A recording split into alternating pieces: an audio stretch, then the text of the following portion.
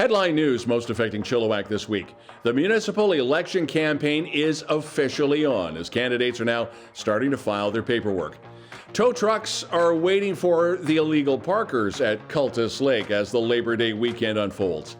An infant in Barriere dies waiting for an ambulance. We have local reaction. And the Huskers and the Rams will clash in the first ever Cascade Cup. Steve Croner will be sitting in for Josh this week in sports. Our special guests this week include Chilliwack Council candidate Jared Mumford, Steve Roukema, the Executive Director for Chilliwack Restorative Justice and the Operation Red Nose, and Mayor Ken Popove in another edition of Councillor's Corner, Chilliwack City.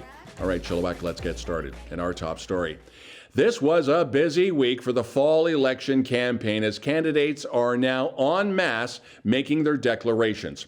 Chilliwack School Board Chair Jared Mumford will run again, but not for school board, for City Council.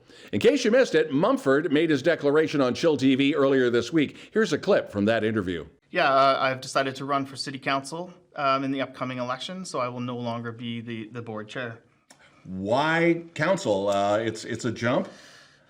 I think a lot of people have an assumption as to why I would make this change, but in reality, it's about the opportunities that I've had in the community to volunteer. As you know, you've covered a lot of my work, and I've had the opportunity to volunteer on boards and in events and organizations, and it's really expanded my interest in the community. And the election nomination period officially started this past Tuesday, and potential candidates now have until September the 9th to get their paperwork in. chillTV will have extensive election coverage on election night, October the 15th.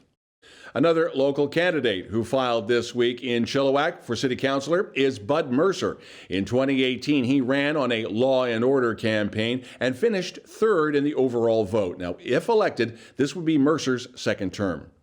Chris Clute is looking for a third term as Chilliwack City Councillor. His platform includes protecting farmland and improving transportation and housing options. Meanwhile, outside of Chilliwack, Taryn Dixon will seek a third term as the Regional District Director for Area H. That's Cultus Lake in Columbia Valley. Health and protection of the lake are the priorities for Dixon. She has also worked with the Cultus Lake Water Safety Group, which installs the buoys around the lake. And of course, parking is always the big local issue. As we are speaking now, Chilliwack School Board trustee wannabes and the current trustees running for re-election are now going through a school board orientation. So these are the do's and the don'ts and what the job entails. And it's more than just talking about budgets. While the spotlight seems to be on the Chilliwack School Board, longtime Abbotsford School trustee Shirley Wilson will be looking for a sixth term. Wilson, with 17 years of elected service, remains committed to education, families, and communities.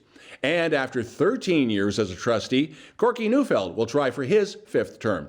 He bills himself as pro-parent and pro-guardian, and parents should be more involved in all school-related decisions.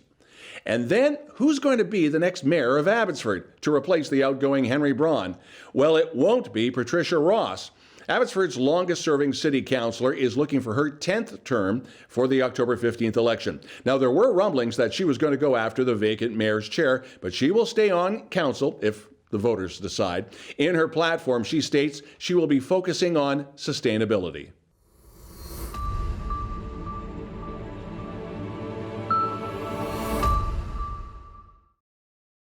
A Chilliwack healthcare worker, Shelley Gertson, has started a petition on change.org to spotlight the paramedic shortage in our province, as well as the stress workload and then the pay scale. Ambulance paramedics of BC are in crisis and need your help. Our province is short 1,000 paramedics, with 25% of full-time positions left unfilled. The wages for paramedics are about a third less than fire or police. Paid on call, especially in rural areas, is $2 an hour. Again, you can find this petition on change.org.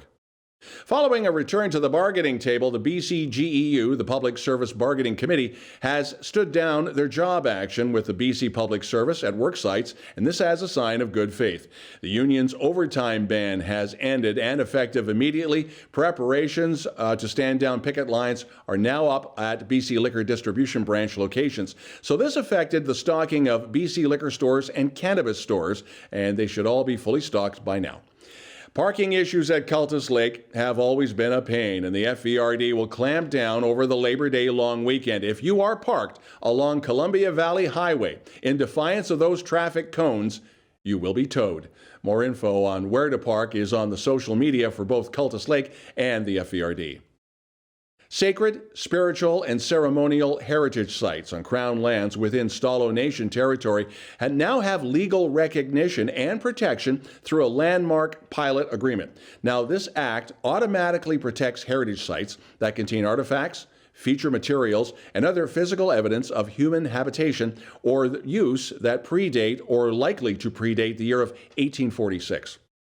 The province has laid out one-time funding in their attempt to make back to school more affordable for students and their families, who are, of course, struggling with rising costs. Through the Student and Family Affordability Fund, $60 million will be helping school districts make sure students are fed and they have school supplies that they need. So, Chilliwack will receive about $1.5 million, Abbotsford close to $2 million, and Fraser Cascade $250,000. Chilliwack RCMP continued their investigation into last week's machete attack. Chilliwack RCMP receiving a report of a man who had been struck with a machete in the area around Meadowbrook Drive. This is near A.J. Rundle, where an unknown male suspect brandished a machete, which he used to attack the victim and sliced him in the head. Now, the 37-year-old victim is going to be okay.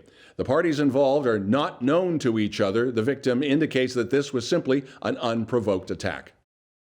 Yes, Christmas is a few months away, but the planning for Operation Red Nose is now underway, and they need volunteers, and you have to provide a driving record. So due to COVID, the program didn't run in 2020 or 2021 in Chilliwack. Now, before this, the Chilliwack Kiwanis Club ran Operation Red Nose for about 8 years. Ironically, before that, it was Chilliwack Restorative Justice. Well, they're back at the helm. ORN starts November the 25th. They wrap up New Year's Eve. An orientation is coming up on Saturday. And Steve Roukema, the executive director for Chilliwack Restorative Justice, will join ChillTV for an interview in just a couple of minutes' time. On the heels of the Chilliwack Fair, and just weeks before the Agassiz Fall Fair, comes a blow to local farming advocates. The Chilliwack 4-H Club will cease to exist. Jackie Smith has basically been the Chilliwack 4-H Community Club leader for the past 4 years, and this is the 6th club in the area in the history, but lack of volunteers and apathy have meant that the club will simply disappear due to lack of interest. At the end of every month, we spotlight issues on Chilliwack City Council with Councillor's Corner Chilliwack City, and this month, Mayor Ken Popove joins us, which will be followed by my interview with Steve Roukema with Chilliwack Restorative Justice and Operation Red Nose, and then Steve Croner and Sports This Week.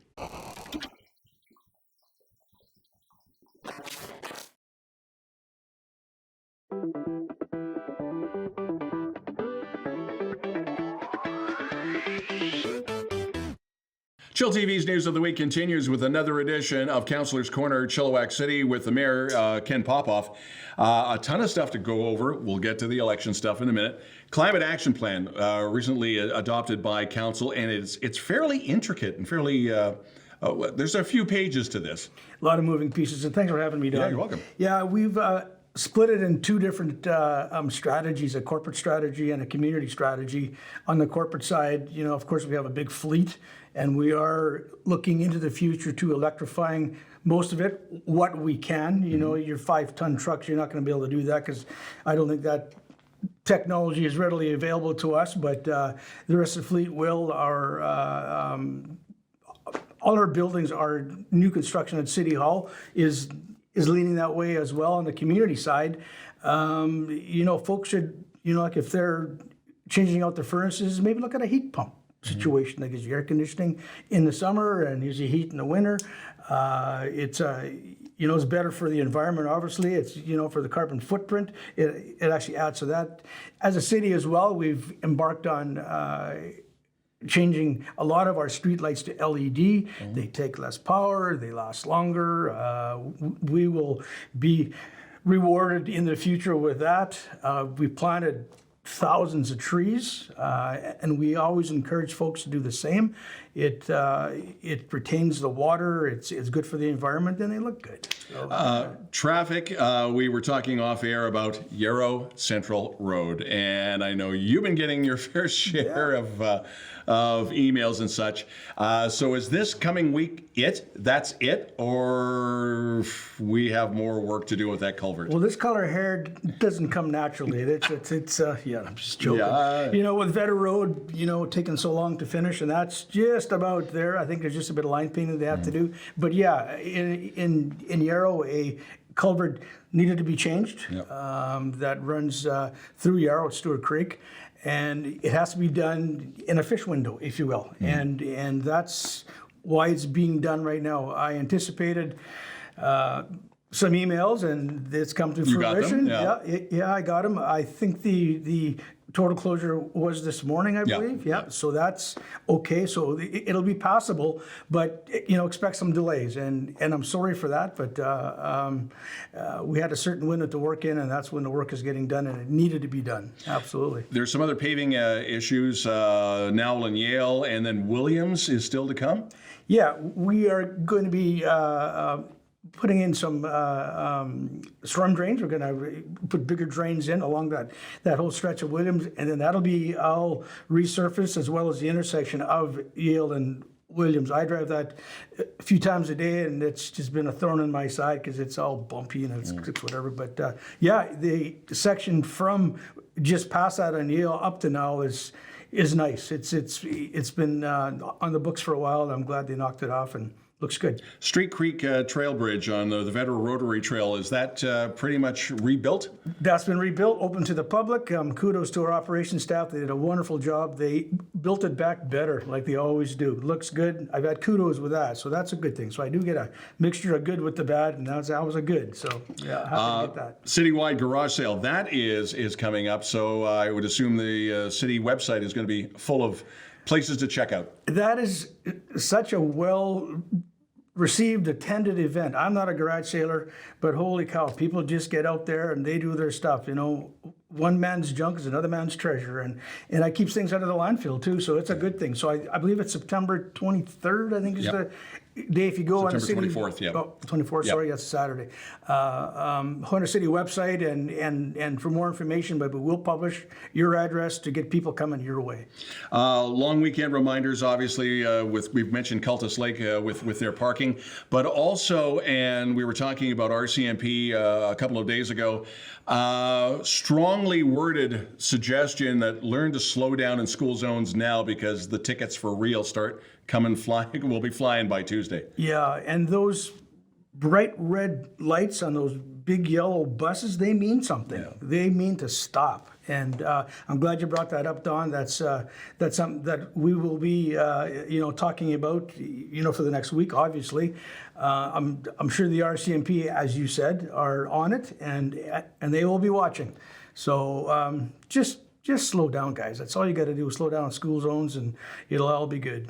We've talked about re-election before. The paperwork, the opening day of paperwork for the civic election has already started. Have you done your paperwork yet?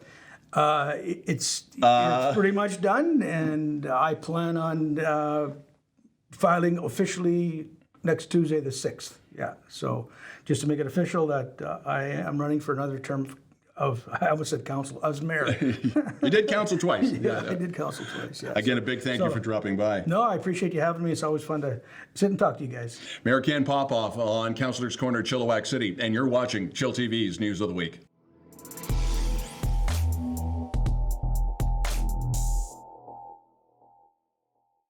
chillTV's News of the Week, and even though we're in a heat wave as we start September and go into the Labor Day long weekend, we're going to talk Christmas. We're going to talk Operation Red Nose. Steve Roukema with the Restorative Justice. You are the executive director. You've only been on the job, since May, June? November, okay. Yeah. So eight or nine months, yeah.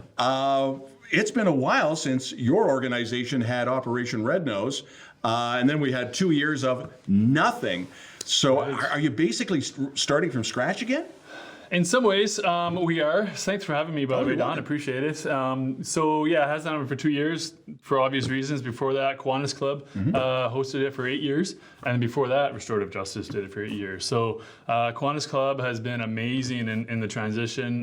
They want us to take it over, and they're handing all their stuff over to us, and I've been a wealth of knowledge in how to actually run it in an effective manner as well. And again, people are going to say Christmas, but it's going to come fast. It starts the end of November, November 25th. That's right. First weekend in November, yeah. So what do we need? I would assume driver's abstracts and such? Yeah, so I mean, the first thing to do is, the simplest thing to do would be to go to our website, and everything is there. There's an Operation Red Nose tab. If you want to volunteer, click on that tab, and then all the information will be there as to what to do. So the first thing to do would be to get into contact with our coordinator. Her name is Lisa Sperling, and she's been hired part-time to oversee Operation Red Nose, and then she'll get you connected, with driver's abstract, criminal record checks, and applications as well. Now, are you using borrowed vehicles, personal vehicles, and obviously ICBC has to come in there somewhere and make sure that everything is drivable? Yeah, ICBC has a reputation of being very supportive of Operation Red Nose. They bend over backwards to make this work well. So, but yeah, so it's a mixture of both. In the past, local dealerships have offered their shuttle vehicles for such a service, but it's also, some people prefer to drive their own vehicles to escort people around to their homes. So it's a mixture of both, yeah.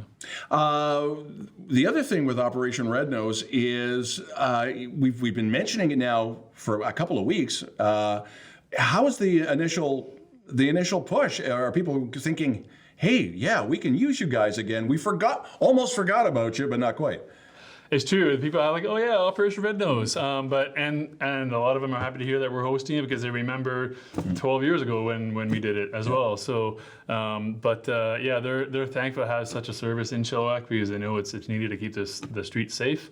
And there's definitely been interest. So we've actually have from previous people that have volunteered, about 60 people that have volunteered in the past have already expressed interest in helping us this year as well. We've been talking about volunteer drivers, but I would assume you also need volunteers to take the phone calls. That's right. We need dispatch people to take the phone calls, an operator to organize it all, and then to direct the calls towards the people that are driving. So you're all over social media to get a hold of you? Yes, we are all over social media, email. We have a Facebook page as well that you'll see updates on as well with Operation Red Nose. And we have an open house again this Saturday. Last Saturday we had an open house from 10 to 3 at Griffin Security Office.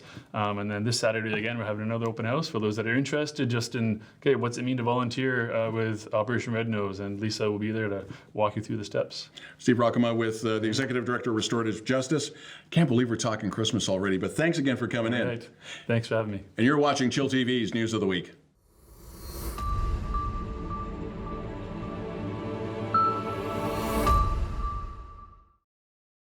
The new scoreboard is now up at Sardis Secondary Football Field in honor of BC Lions and Sardis Falcon alumni Rick Claston. In January 2021, it was announced that former BC Lions and Sardis Falcons football great Rick Claston would be immortalized on the high school home turf. Claston's name would grace the field and remind the youngsters anything is possible, especially being raised in Chilliwack. The actual name change took effect in the fall of 2021. Now in the summer of 2022, the scoreboard is up and operational. Rick Claston died peacefully in Maple Ridge Hospice on December 10th, 2016, at the age of 57 after a lengthy battle with cancer. The first annual Cascade Cup is 4 p.m. this Saturday at McLeod Athletic Park in Langley. Everyone knows this Fraser Valley rivalry should have had a cup game a long time ago, so better late than never. The Cascade Cup will take place every September long weekend and alternate home fields every year. The Valley Huskers start off this new tradition by taking on a Langley Rams team that will absolutely be looking to avenge the loss the Huskers handed them earlier in the season. I know I'm supposed to be less biased as a sports reporter, but let's go Huskers! Let's go Huskers! Now, the University of the Fraser Valley women's soccer team played to a scoreless draw with the University of Victoria Vikes last Saturday afternoon at Rotary Stadium in Abbotsford. It was a hard-fought battle on both sides, but the Fraser Valley women's team put the Vikes on the ropes many times, but they just ran out of time. We'll take the tie, but if there are any Vike fans watching, we'll be back to finish what we started. The next action for the Cascades is Friday, September 9th, when they host the Mount Royal University Cougars at Rotary Stadium. Watch out, Cougars. Whoa, whoa, here we come.